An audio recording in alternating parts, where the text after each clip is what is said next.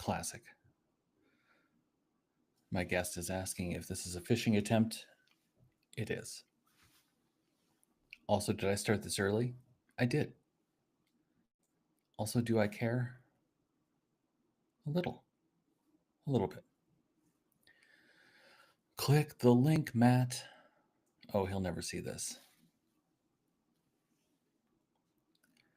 This is the classic starting a live stream, getting all the technical stuff out of the way. Where is... I gotta check to see if it's actually working. Is it working? Who knows? LinkedIn doesn't seem to think so.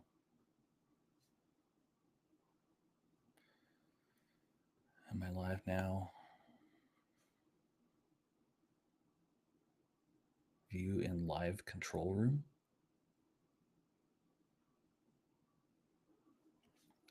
Yeah, I don't even know if this is working. It's classic. Let people in. All right. Let's... It's you. I know. Look, I dressed up. I know. I slacked off. I'm sorry. That's okay. I mean, it's not like I buttoned my collar. Or could if I wanted to. This is not a button town type of show, I've been told. No, honestly, I don't think it ever will be. Hold on a second.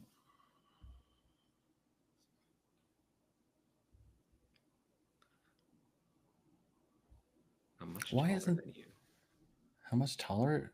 What do you mean, how much taller am I? How much taller are you? I Oh, you're much taller than me. Okay, that's fair. One moment. What's happening? The technical difficulties are supposed to be with software, not with people. What kind of podcast is this? It's low rent. You knew that when you signed up. So I've got... I don't know what the farfignugan is going on. It's always the same thing with like live streams where people are like, is it working? Is it working? And like, it's sort of working. Well, it's the name of the game. Yeah. And honestly, I don't know how to fix it. Jiggle the mouse. Oh, God, it's already started. Can I... Yeah, what's the problem? The problem is, if I may, is that I set up something on YouTube to be like, go live, and it's just not working.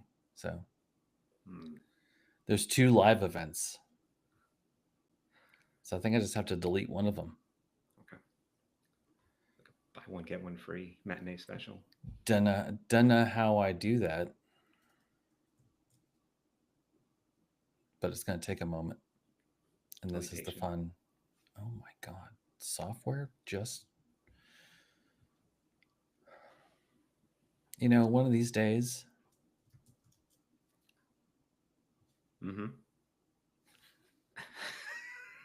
One of these days, this shit's just going to work, is what I'm saying. One of these days, Alice. How old are our viewers? Not that old. Okay. Yeah. I really... Like, I appeal to like... What's... Like, I should be doing a kids show on PBS. Right. Like, that's the level of intellectual rigor that I bring to the table. I'm going to dock you a point for using the word rigor for keeping score. Okay. All right. So I deleted that. Okay. And then I get shareable link, and I go to this, and I say, because this is supposed to be broadcasting on all of my socials. I have more than one. I have 2. For 2 antisocial people, it's a lot of social going on. Oh, God. All right, so it's working on Twitch, because I'm huge on Twitch. Awesome. It's not working on LinkedIn. LinkedIn's a flash. And it is working on YouTube. Wow. See, I should have had this stuff set up earlier, but I was early. It's my fault. You can blame me. that's true. My lunch I with blame Mike you. ended early. Mike, if you're out there, it ended early. This is your fault. Oh, God.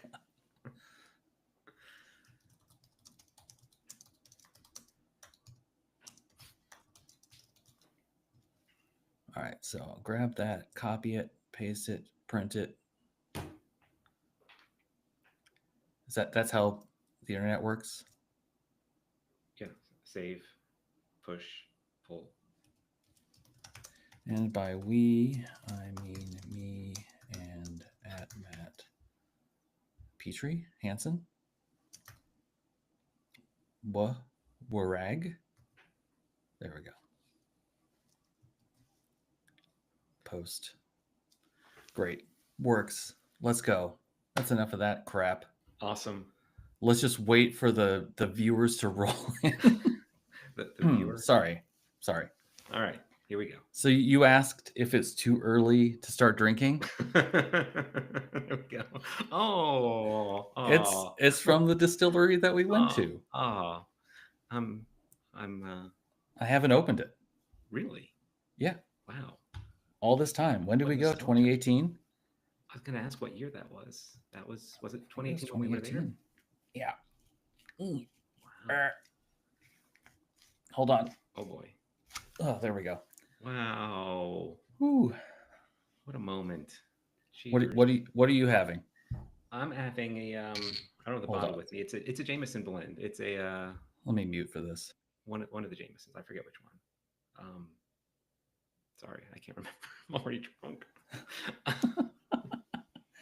I am not, and The also I cask- can't really drink anymore. So Right. For the aficionados, one of the cask mates Jameson, but I cannot recall. The stout. I think it's the stout version.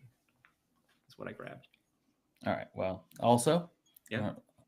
I don't know if this is going to come across on the screen. Oh, hey, Hold on. cheers. Boink. See, it's the Dalwhinnie. Yeah, Dalwhinnie, we were there. The taster thing. We were there. They gave us chocolate and bourbon or whiskey. That's right. And they put all of mine in a bag because I was driving. We took an Uber home. Oh. Yeah. Smooth. That'll put hair on your head. Will it? More. Drink more. Yeah. Yeah. All right. So this started out as a fishing attempt, and now it's a snake oil sales thing. Here we go. Here we are. All right. Well, so Jesus. Off to a good start. Yeah. Try to get centered in my camera so you can see me. Sorry. Yeah. What? Here, let me move over here. Just to balance you out. Thank you. It is almost like I've been drinking, but I haven't. That was just the one sip. That's all it takes. Yeah. It's so what I was trying to start saying, not even saying what I was trying to start saying, is so this is 1 year of doing this box that I'm in. Yeah. And I thought it would be perfect to have you as the guest. Thank you. Congratulations. Thank you. It's something I've stuck with. What? Who are you? Yeah, I mean, for the audience that will be watching later, who are not watching now because social media. Also, it's the middle of the day for most people. No, it's not. It's evening. We're drinking in the evening. I mean, it's evening where you're at. Yes. Right. Yes, it's 6 a.m. for me. I'll be doing this and then having my constitutional. That you and I used to do a show together. That's right. And I was doing, this is not a judgment thing, but I was doing all the editing, and we were trying to do it once a week, something like that. Something like Close that. to it. That it was the once dark every 10 times. days. Yeah, we were ambitious. We had nothing to do, and I was spending, I don't know, maybe 6 minutes per minute of video, which meant every hour of our show was 6 hours of work, and it was just like I burned out. It was a lot. Yeah.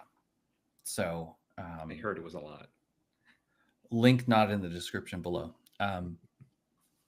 It was a lot. So that's why this time I was like, I'm going to do it every other week and then live shows if I want to. Right. And I figured that this would be more fun if we did a live show. I thought we agreed no fun. Oh, hold I'm on. sorry. Let me button up. No, I can't button up. Thank you, pandemic, and also the lack of behavior change during the pandemic. Who knew processed foods would do that to me? Nobody told me. Yeah. So we're off to a good start is what I keep coming back to. Fantastic. And what's up? Go. What? Oh, sorry. Yeah. Entertain me. What would you like to know? Make me dance. Oh, right. Well, we were, I mean, so here's the thing. All right. Hold break on. it down for me. Let me even bring my microphone a little bit closer. Yeah, break it down. let me speak in my chest as well. Here's the thing, Matt. Sorry. It's only one sip too. Gosh, big sip. God, I had my suit jacket on and a tie, and I was like, it's too warm. It's too warm, and it's still too warm. That's why I went t-shirt. I'm sorry, I didn't.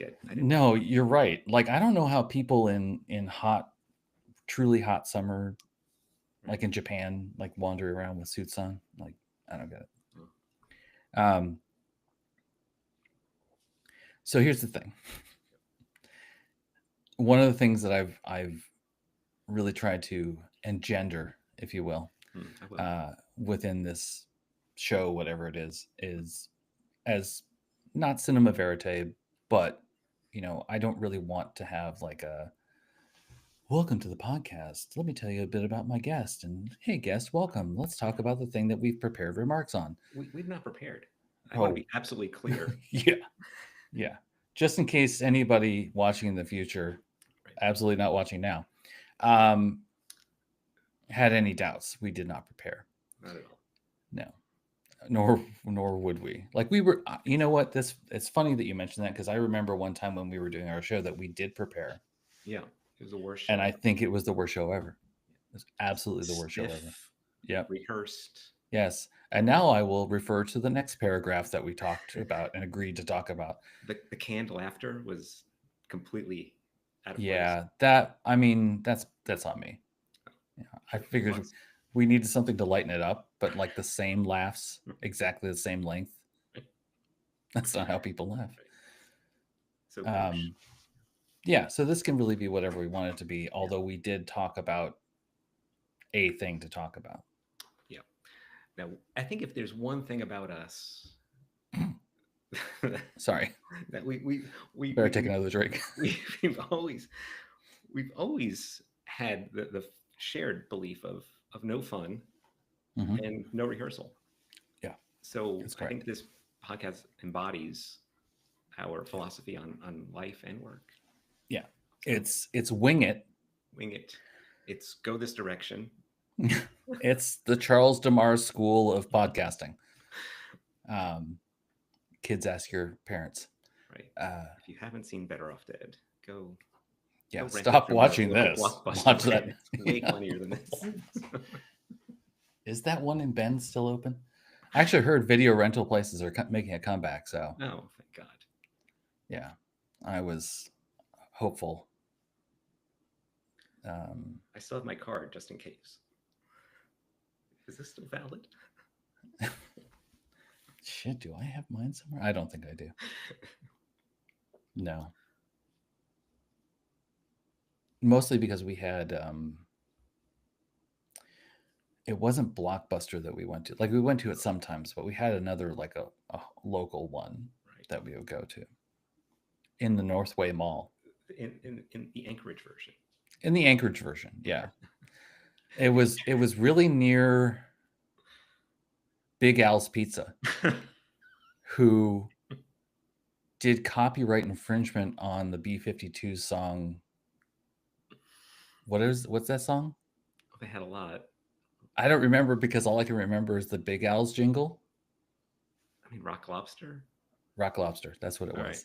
That So was a they good did choice. a riff off of Rock Lobster for their jingle. Like the bass line. I'm like, everything, how do you dun, get? dun, dun, dun, dun, dun. Yeah, Oh, wow. all the music, but just change the words. I'm like, how did you get away with it? And Fantastic. here's what I figured out: it was the '80s, Yeah. and we didn't have the internet, and it was Alaska, so No one knew now.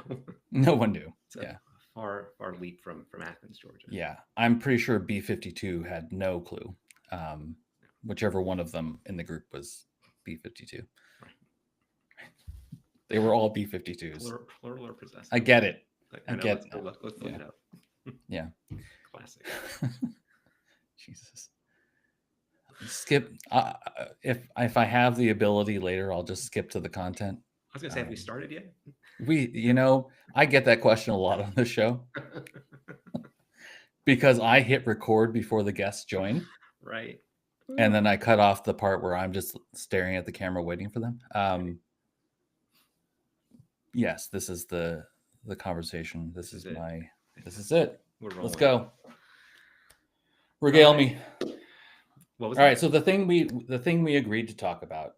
Yeah. And for the folks at home, I'm really sorry to say these two letters together in sequence. AI. Oh boy. Yeah. Oh boy. And and research. Yeah. Okay. And research. Okay. So it's a mixed bag. Say more words. Okay. I need Petunia. Oh. All right. Now you have me interested. Yeah. This is the weirdest improv ever. AI. Okay. All right. We need another word. Research. Okay. Petunia. No. This is improv, but I can do nothing with that. Yes, and I mean, I guess the logical choice would be you have a participant named Petunia. Okay, I found it. We're good. Go. I was thinking horse, but can we have a horse participant? It's a horse named Petunia with a rider also named Petunia. Okay. See, we made it work. Okay. And this is why we can wing it, because we're professionals. Because no one would ever know this is not rehearsed. No. I mean, this is polished A material. It is rehearsed. Yes. We just effortlessly do this thing. So, okay, 18 minutes in. Come on. All right, here we go. Let's get to the meat. Let's get to the What is it? Oh yeah. Research and AI. Okay. So here's the thing. All right. You and I had briefly talked about this, and I said, hold that thought. Let's do it on the show. Right. So that then my reactions can be like real. Right. So like, can I give context to that? Am I allowed? So you and I talk fairly regularly. Hold on. And we have these really I can't really interesting, I'll air quotes, interesting conversations. There you go. There we go. Okay, go ahead. So we've had there's some background here. There's some background here. Please go ahead. We're not like strangers. We've traveled the world. We've gone to Scotland and yes, drinking both whiskey. we drank and got drunk. But anyway, okay. So AI research. What would you like to know? Well, you said you had. Is the word intimated? That's not the right word. I hope not. I hope I didn't say that. No. You had implied. You had and I inferred that you were on to something. Like you had a specific way that you were using AI to help you with the researchy stuff. And yes, that is a technical term, the researchy stuff. The researchy stuff. Okay. So go. True or false? So full disclosure, I don't recall this conversation. So no. All right. I'm not blaming you. I'll give you a little more context. I'll give you a little more. Okay. I'm not arguing with you. I'm not arguing with you. So sure. I know he can get the job, but can he do the job? Kids, ask your parents. So here's the other context. You had been invited to be on a podcast. Oh, right. And those MFers, if I may call them MFers. Oh, no, we're not going to. That's not. No, I'm just kidding. Stones. It's no stones. I'm It just was cussing at them. right. It was Yeah, a yeah. mutual agreed So I'm upon stealing. my material. I'm bogarting their guest. Right. Okay. Fair enough. Yeah. Yeah. So right. So we had talked. Now it's kind of coming back to me. Yeah, yeah. Thank you for the refresher. We had talked about. All right. Maybe we should have prepared a little bit. Meh, we already lost Oh, the we don't have to talk about this if you don't want to talk about one it. Like, viewer. Well, I assume we're gonna have a far-reaching, varied conversation about lots of things. oh, for fuck's sake! All right. I mean, Sure. Yeah, yeah. let's start with the boring stuff, and if Okay. anyone's still around, then we'll talk about the interesting stuff. Is that the right way Yeah, to yeah, yeah. tease I agree. So the spicy start. stuff? So the boring stuff. Start with the AI. So, what is AI? Let's start with that. Oh God. Let's start that far back. What is the letter A? What is it? So, okay, so AI in research. Let's talk about how we're using that. Are we using that? Are you using AI for research? I don't. We haven't even talked about that. Am I like Yeah, literally, or are you. you asking the people at home? No, you, Mac. They're the ones. Um. Are there people at home? I can't. Yeah. You have me closed in. I can only see you. So the short answer is yes. Okay. The longer answer isn't that much Yes. longer. Yes. Yes. Um, focus. Oh, Jesus. This is editing would not fix this, people. So, What were we saying? Oh yeah, you asked me if I'm yeah. So the short answer is yes. The longer answer is every time that I've used it, it has come back with things that I'm like, here's the thing. Because I took part in the research, Right. I knew what was in the research. Right.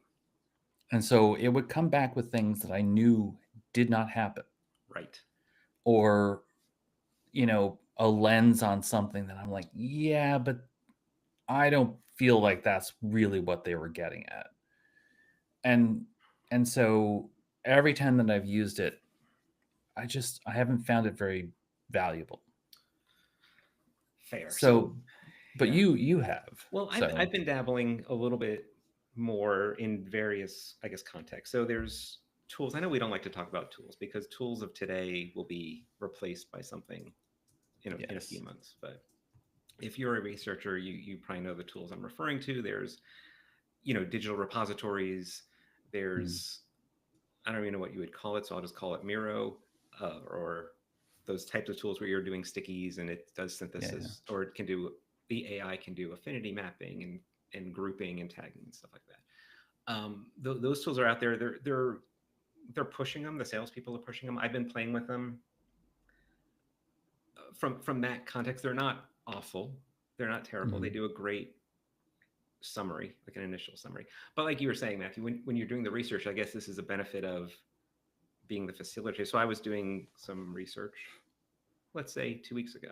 No one's going to test me out. There's no fact checking on this, right? We're not doing fact checking. I'm being told no. Okay. Great. So it was 2 weeks ago, maybe 3.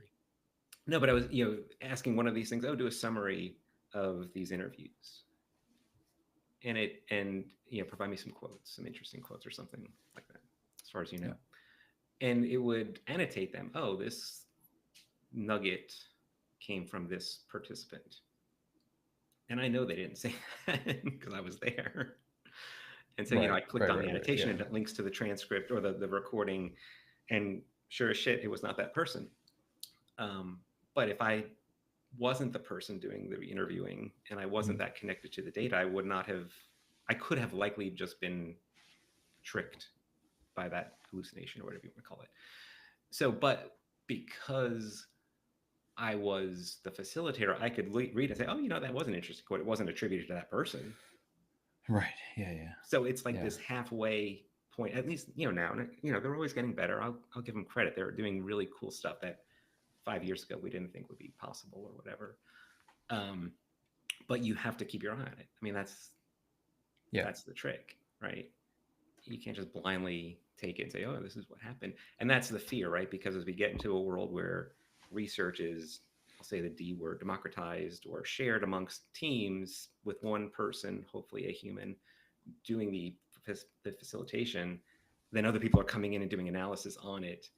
They're going to be more likely to be tricked into something that didn't really happen. Hmm. That's the one of the big risks that I see. Yeah. In that context of like the summarization and kind of the synthesis of, let's say, a series of interviews or something like that.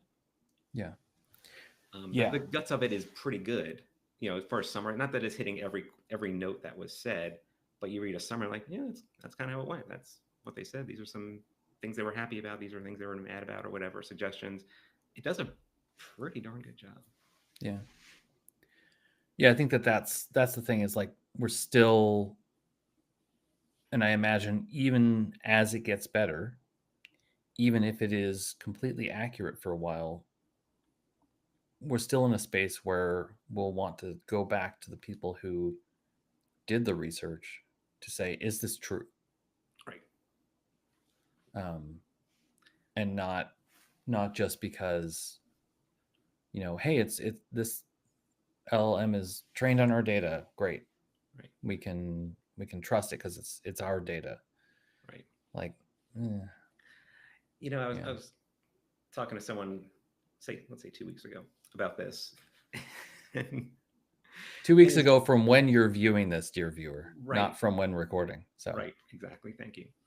And we're talking about like the shift in trust of the AIs. Like when it was first kind of percolating out there, it was like, okay, I'm going to use the AI to double check me. And now I feel like we've switched. Now it's like I have to double check the AI. And I don't know what that means exactly, except that we're probably being more trustworthy. Like it's gaining more authority in the research. And I see this shift longer term where if they keep improving on them and if they keep gaining trust through success, that there will still be a need for people, almost like you were saying, like overseers, or I equate it to like editors. Like, okay, you took a first pass, but there still needs to be someone thinking that knows the entire scope of the project, the vision, and all the other things that feed into research, and say, okay, yeah, this is actually something interesting, or this is not interesting, or whatever. But it still needs that human oversight of what it's doing. Yeah, and again, for me, ideally, the oversight should include the people who did the research. Right. So I don't think that. Well, I mean, yeah. Mostly, I don't think that you can take away people doing the research. Yeah, well, that's a whole other thing, right? I mean, we want to, obviously. That's our ultimate goal, is to get rid of people. Well, we don't like people. Yeah. But the whole thing, that's why we got into research. Right. It's the empathy. Yeah. I hope to get it someday. Right. But now we're talking, services are out there and they're having, we're going to have AI facilitators and AI participants, and they're going to be talking to each other, and who knows what that'll bring. I have not tried any of those tools yet. I have 2 guests ago was talking about how they're using AI to basically, our favorite term, to do focus groups with synthetic users. Love it. Keep going. You okay? Okay. All right. Yeah, love it. You sitting down? I should have asked first. I think so. And on the one hand, I'm like, okay, that's an interesting experiment. And on the other hand, like, no, I don't think so. But I also think, like, again, it kind of goes back to the context of use, right? If you're using a tool to get outside of your head and see in ways that you don't normally see, okay. If you're going to turn around and make a business decision based off of that, like Right. I'm really hesitant about that. Well, I think thinking about it now, like, is it much different than using AI for your personal missions or tasks if you do use it for other personal things? Like whenever I use it for, I shouldn't say this all the time, but let's say I'm researching something. Like there have been plenty of times if I'm researching a product, looking to buy Mm-hmm. something, and it comes back with false data. Mm-hmm. So here's 5 products that meet your criteria, and I'll click on the link, and like maybe 2 of the 3 actually, or 2 of the 5 actually meet my Right. Yeah. criteria. So like anything else, you have to double check and you have to verify. Yeah. I don't think it's much different right now from the work standpoint versus the whatever the personal side. It's trying, it's getting close, it's going to get better. I don't think that's Mm-hmm. a leap of faith. Like it's going to get better. Yeah. When is it going to get to the point where we can actually trust it? It's getting faster and faster, man. Faster, more authoritative. Mm, So like the yes. people designing these things are doing it in such a way that it uses language that sounds very authoritative, Right. even when it's wrong. Um, Yes. and I think that you talked about that when you talked about trust a moment ago. That's what I was thinking about. It's like trust at what level? Like, do I trust this because I told it to play the role of a orthopedic surgeon, right. and so it's talking like one? Here's If that, you know, here's what I keep meaning to try, and I just haven't cared enough to try it. But you reminded me of it. Like by giving it that prompt, have you tried the difference of you say, as an orthopedic surgeon, what do you think, blah blah blah, versus as a gardener, what do you think of right? this? No, Is it giving similar answers? I haven't tried. I don't know.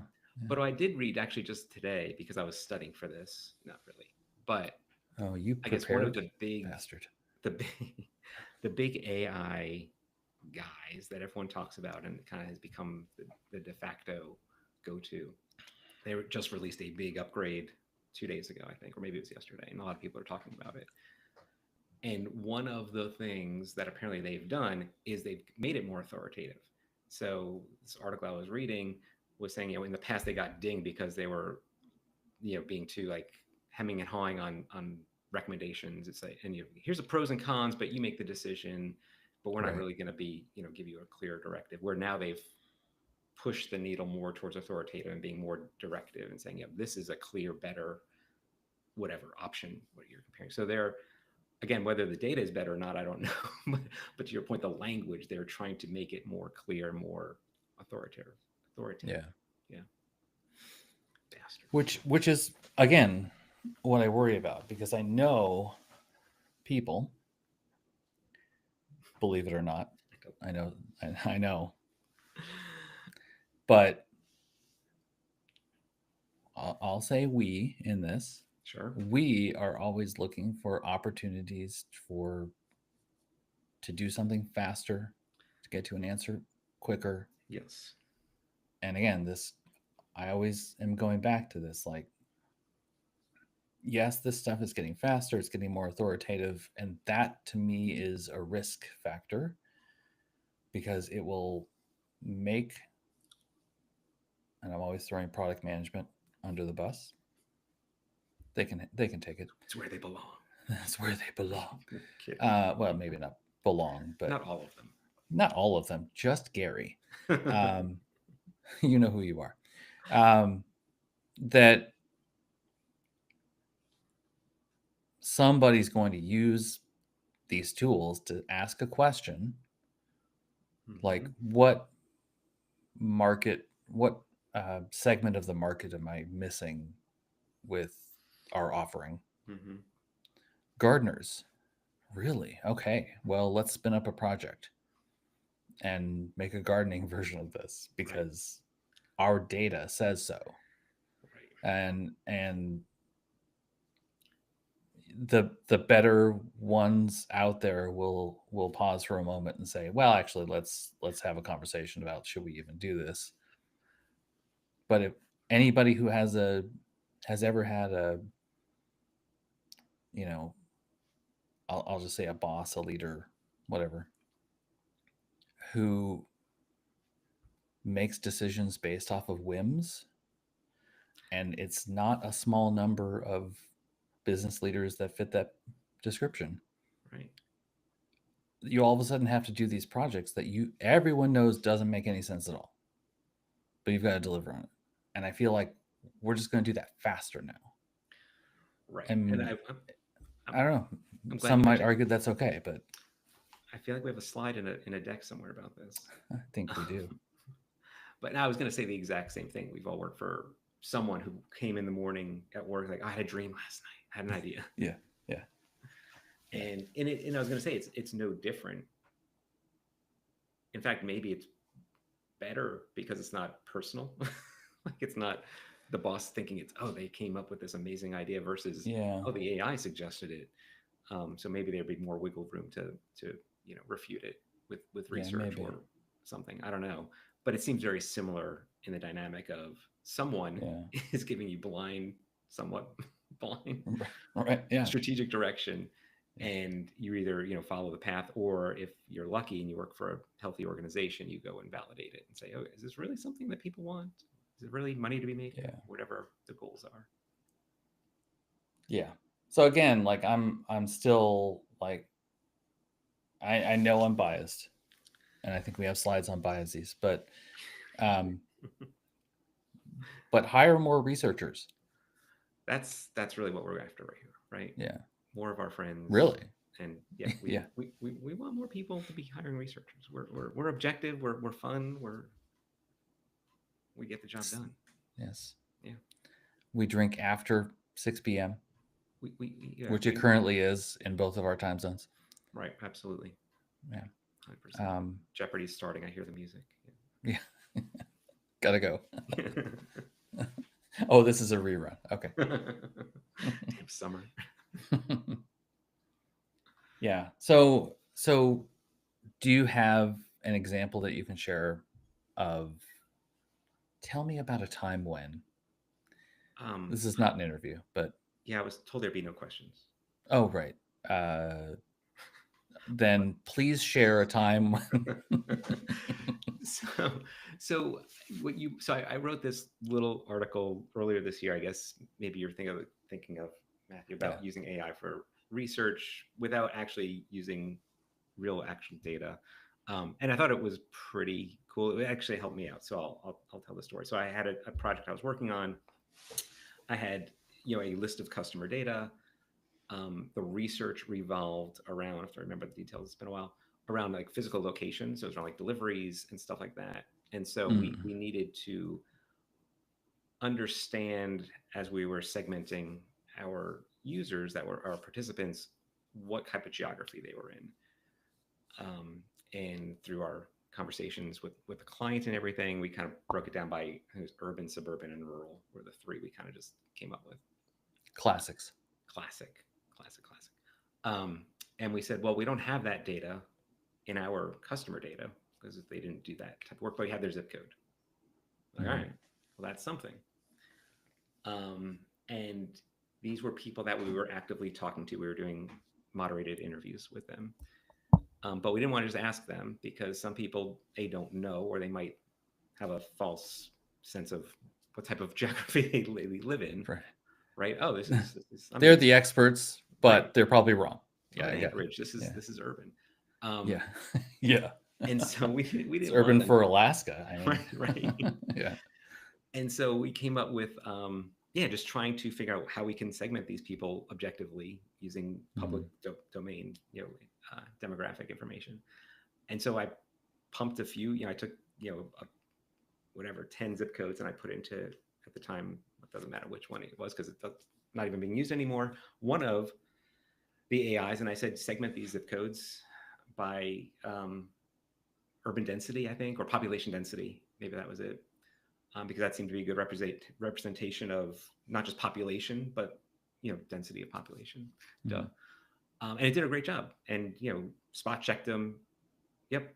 But Des Moines is whatever Des Moines was, and Plano, Texas, whatever. And it went down and did it, instantly. I'm like, oh, this is pretty cool. So then we could just take the participants that we were already working with, and we said, all right, we've already talked to these people. Now we can segment them retroactively, say who we already talked to, and who should we talk to to balance out our quota. And going forward, they could take that whole list of whatever it was, 1,000 customers, and put them all in and do the whole thing. And so going forward, they could just be readily available. And that was just super easy. It was just one of those things that I was started doing manually. And I'm like, this seems like a waste of time. Can't the robots do this? Can't someone else do it? Can't someone else do it? And it was the type of thing where it wasn't relying on it to do like analysis, like figure out what people meant by what they said, like we were talking about earlier, but it was very like objective, like here is the data according to public records. This is how these places are classified. As of the census of whenever the last census was. I took that as good enough. So it worked out really well. It was, a time saver on a small scale, but it, taking that further, it could be a huge time saver going forward. So that was pretty cool.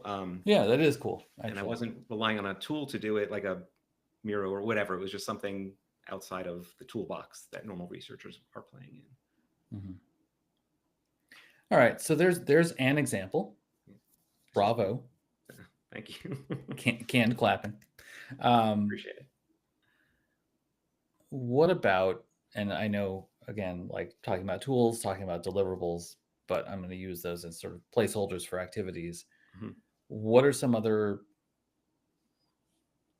parts of like an end-to-end research project? Sure. That you can see AI being like, that would actually be helpful.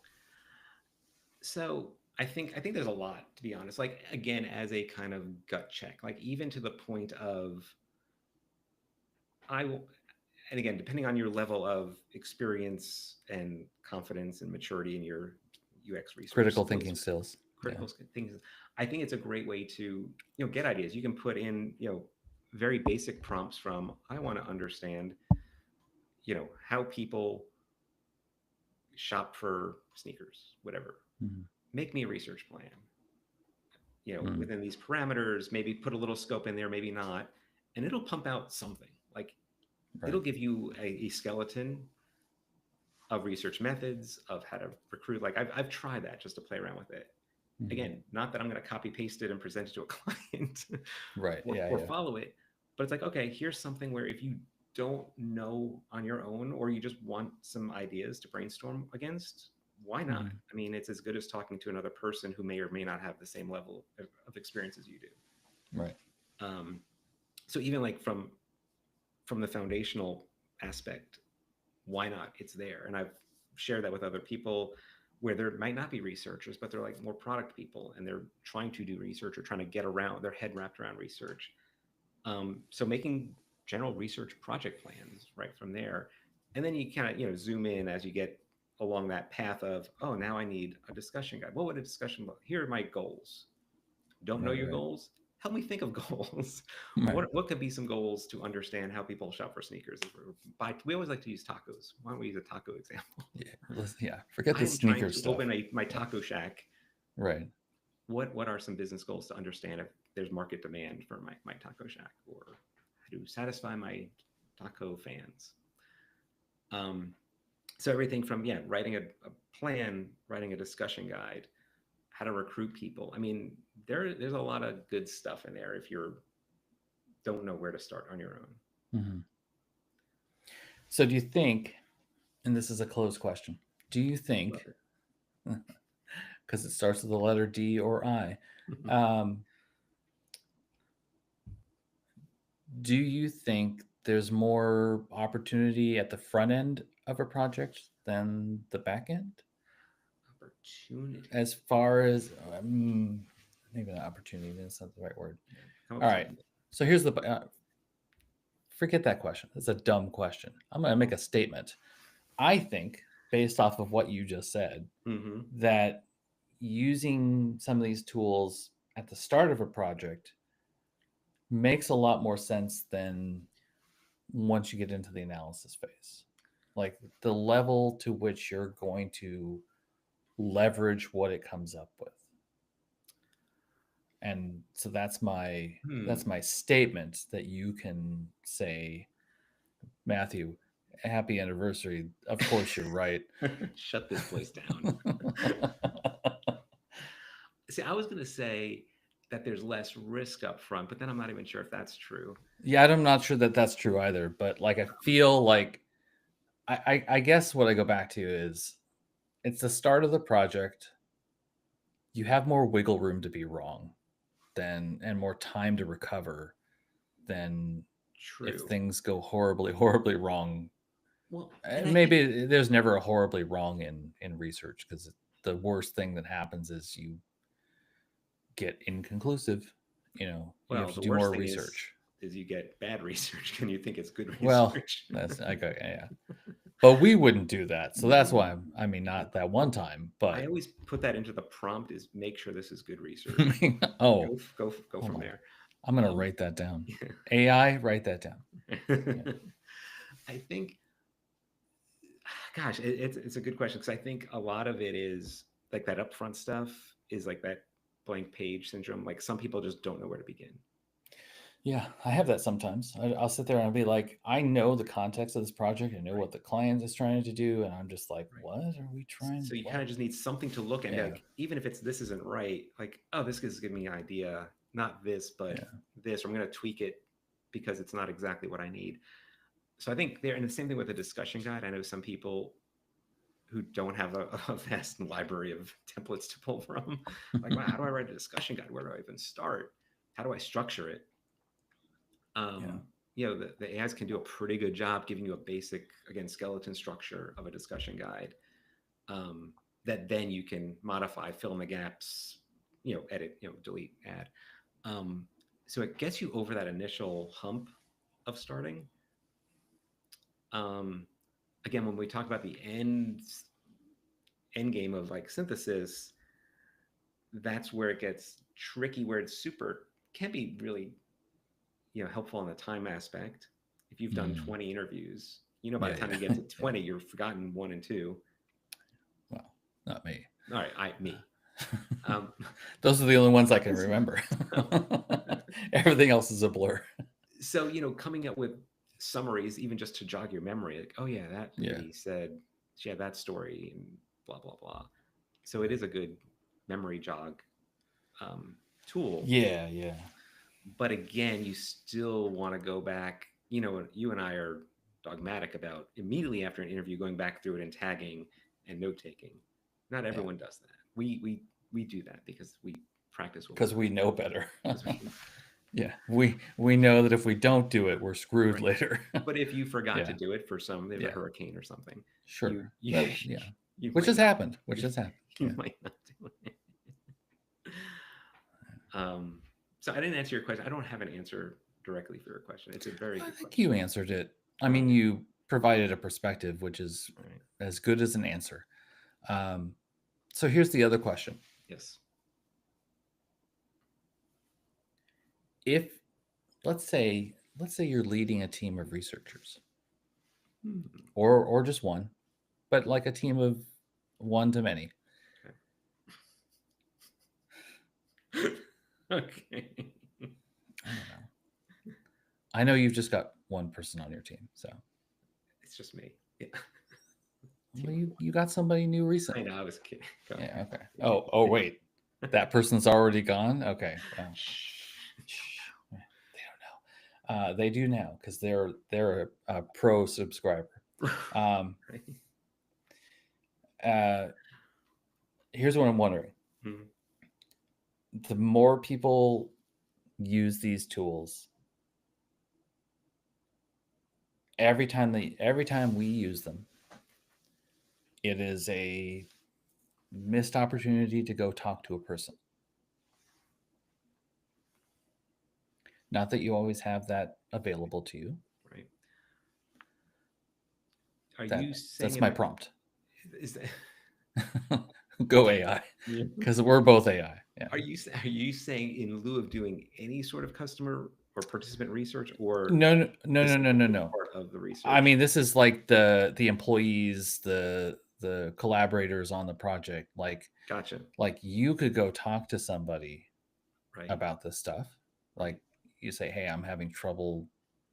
Not that you would have trouble, but Someone. I'm having someone named Matt, who I'm looking at right now. I'm having trouble with this discussion guide. Right. Can we chat about it? Right. Like, that's, to me, there's a missed opportunity potentially, unless Yeah. you don't like your coworkers. Been there, where Gary, um, Bastard. where there's a an opportunity to build trust amongst the team, Sure. to uh, to not only like sometimes I use those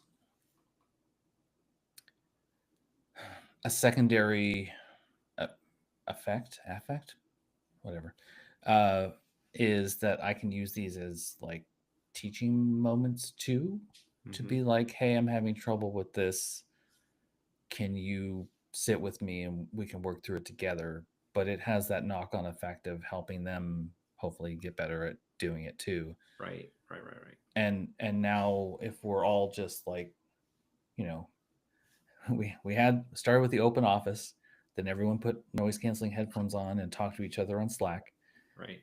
and now it's like we're not even talking to each other because we've got the AI. As a person who professionally has to like people, um, I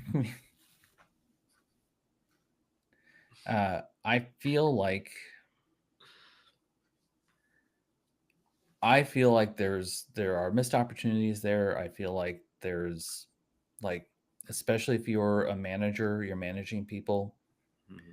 you have fewer opportunities to assess someone's skills or growth. Well, that. Yeah. Unless you're only relying on, oh, I've read your deliverable that AI wrote, Right. and it sounds very authoritative. Right. Um, How are you? Are you evaluating them on their ability to write AI prompts? right. Yeah, um, it's I hear you. Fair point. I won't. I don't disagree with anything you said. good. Um, Okay, show over. show over.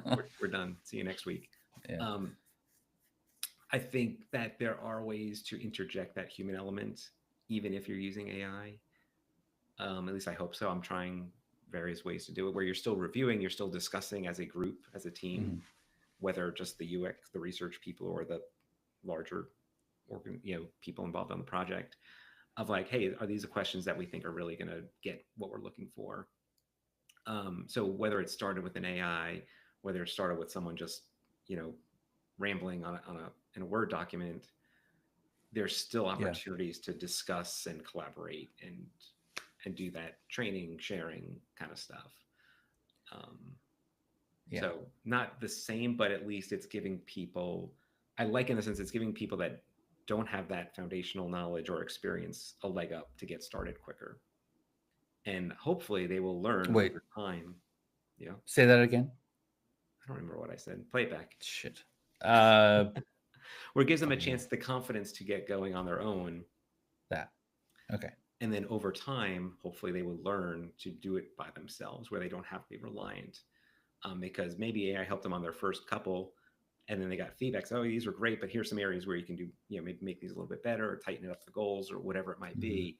Then the next time they will think, oh, I can just do this, I don't need to, or they'll be more critical of the AI on their own Mhm.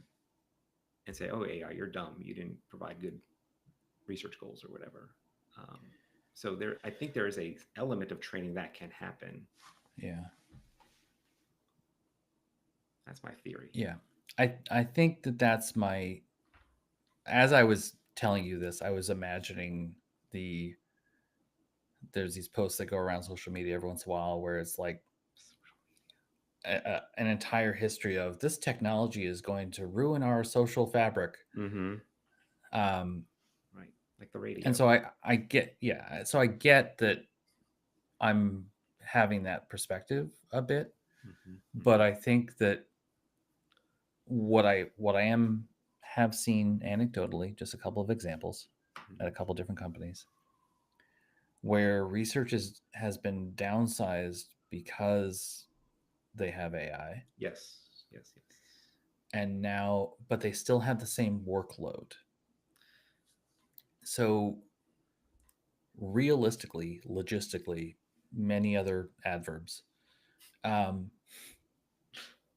there's just less time to connect with each other. Yeah. And so I think that like if I were in that situation, I'd be like, so here's a hard line. Right. We're never going to put work out that we haven't talked about. Right. Well, and not only is there less time to connect with people, there are fewer people to connect with because they're talking about Yeah, well, downsizing, right. right? So And that if creates they've been downsized to all, not throwing you under the bus people, but all junior people who are earlier in their careers, right, like how that's terrible for them. right, Because they're going to end up like my favorite Patsy of the principal designer who's never talked to a customer before. It's like, come on, yeah. come on. No, it's true. I was not joking earlier. Today I had lunch with an old friend of mine. He's now retired, but he was a writer. He was a tech writer, and we worked together a long, long time ago. And we were just talking about similar stuff, just because he was curious what's going on in the world of AI. And we were talking like, oh, are the writers all gone? Because that's an easy low Right? hanging Yeah, yeah. fruit for a lot of companies. Like, oh, we don't need writers, Content and research. Yeah, right? you're out. And we were saying, the same thing we were just talking about, like, oh, well, they probably still need an editor or someone in like an editor role to make sure that what they're doing is correct and, clean up any messes that the AI makes. But where it used to be maybe a team of 5 or 6 researchers or writers or whoever, now you're going to have like one senior Right. Yeah, person, yeah. probably, who's Hopefully. kind of overseeing it and, doing fact checking, basically, which is a kind of a sad, lonely job to your point of the human connection and working Yeah. collaboratively. Yeah. Yeah. I don't know. I mean, I know that it's not at larger companies. It's even if they're downsizing, it's probably not going to be that extreme beyond even the fantasies of the C-suite who wants to milk that much more profit out of everything. Um, I mean, get shareholder value. But yeah, I don't know. I think I wish that I was. How do I want to say this? I'll just say it poorly. I wish I was interacting with more people about Mhm. this stuff so that I could see a wider lens on it. Um, Yeah, because I think what the lens I'm seeing through is I'm talking to people who are they get to that frustrated point and they reach out and they want to talk about like how do I deal with this. right. So I'm just getting the lens on when the problems are happening, and that's kind of why I wanted to talk to you a little bit about like where you see it actually being useful and helpful for you. Because I'm seeing a little bit of that, but not as much as the things are all falling apart organizationally because of Right. this push to use these tools or else in some cases. Yeah. No, I think that's an Um, interesting point. Like if the theory or whatever is, AI is leading to personal isolation in the workforce, which yeah, I don't know that's far off. I mean, that definitely could be something we're headed towards in the future. We'll be long gone, but yeah. because we're so old. I mean, I'll be dead soon, so it's Knock on wood. I not mean, gonna hold on. Um, no, yeah, but yeah, it's a valid point. I don't disagree, and it can be applied to everything: coding, yeah. writing, Of all of it. course, of course. Yeah. But I think that that's like the trend has been, Mm-hmm. you know, even in these companies who are all like, oh, we follow the three-legged stool, tripod, triad, whatever Right. engineering, design, and product. Mm-hmm. I'm sure it works many places. But even those larger companies, they're like, hey, we do this. Like, no, you don't. You don't. I know you don't because I talk to your designers, I talk to your researchers. Right. Um, Just make a joke, but please continue. no, go ahead. Go ahead. No. I Hold on. think Let me take a drink. it's I think it's ambitious. I know companies that do it can do it well. I think it's a good goal because, as we've said, our disciplines, especially research design, they don't happen in a bubble. It's a team sport. Yeah, You it has to be. you want everyone involved. So I think the ambition is valid. It's good. Now the execution Yeah, yeah, doesn't always happen. yeah. The ambition, good. I'm not knock. I'm not look. I'm not Look. knocking it. I'm not knocking. I'm not. How many knots till you're confused? But I'm right. Yeah. It is the execution of it, and so many of the design and research people that I do coaching with, whether formally or informally, they or who have reported to me in the past, like they have this isolated feeling, not necessarily from the design team, but from the rest of the organization. And some of that, I'm thinking of a couple of individuals now, so use that as a template for it's a wider thing of some of that is their level of confidence and how to move through an organization and be political and but I think that it's kind of one of those, the system's working as designed, right? It is isolating these roles, and there's so much friction to overcome for them to really work together.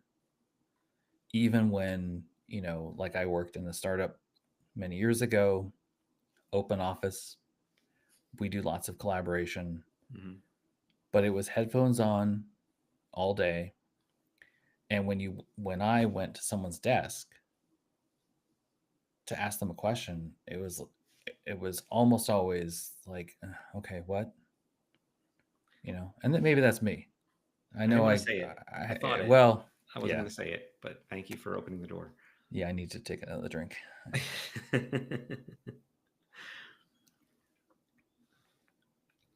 Yeah. Anyway. I mean, taking it to the open office example is, I think it's a fair analogy, because I see it too. I've worked in places, consulted in places that have open offices, and yeah, you see everyone on headphones, especially if you start having meetings.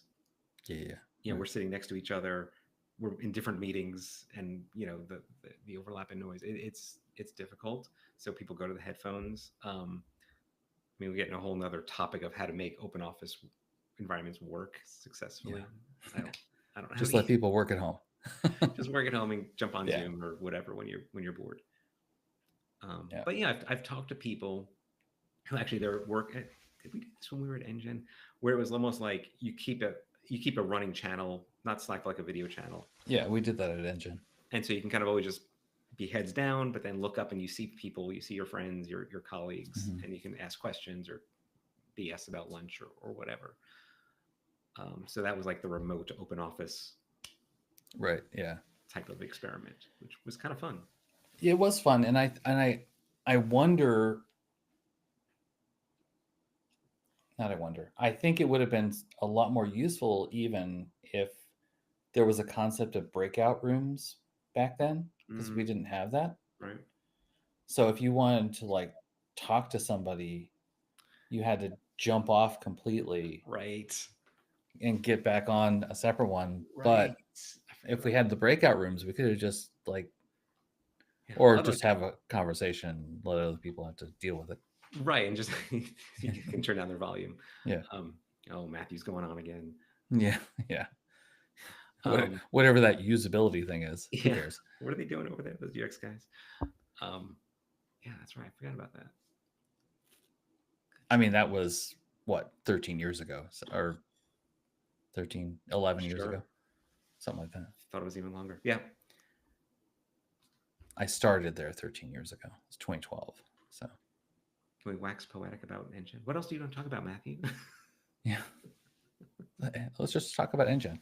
This is the second time this month that I've talked about Carl related things. Really?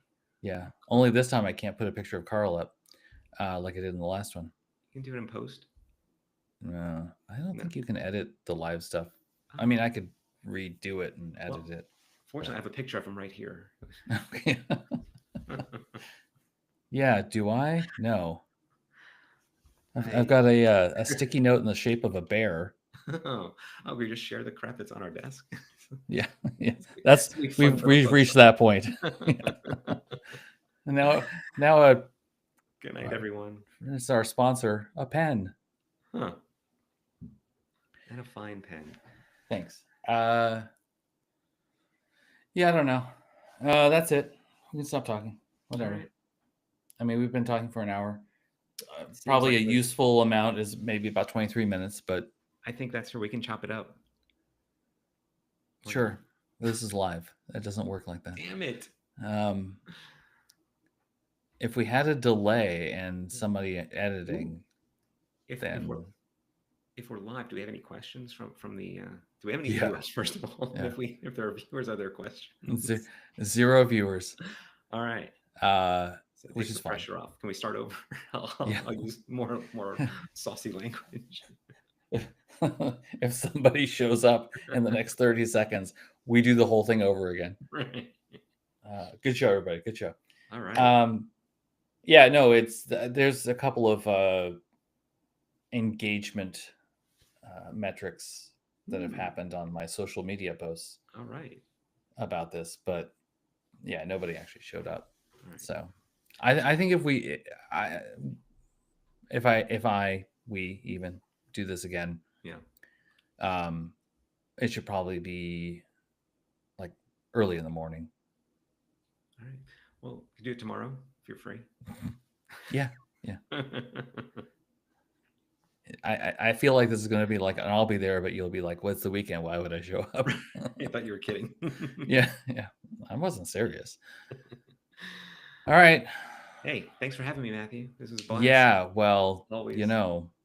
You're my second favorite person to talk to on this rectangle. Who's number one? Are you going to share with I don't have one yet. All right.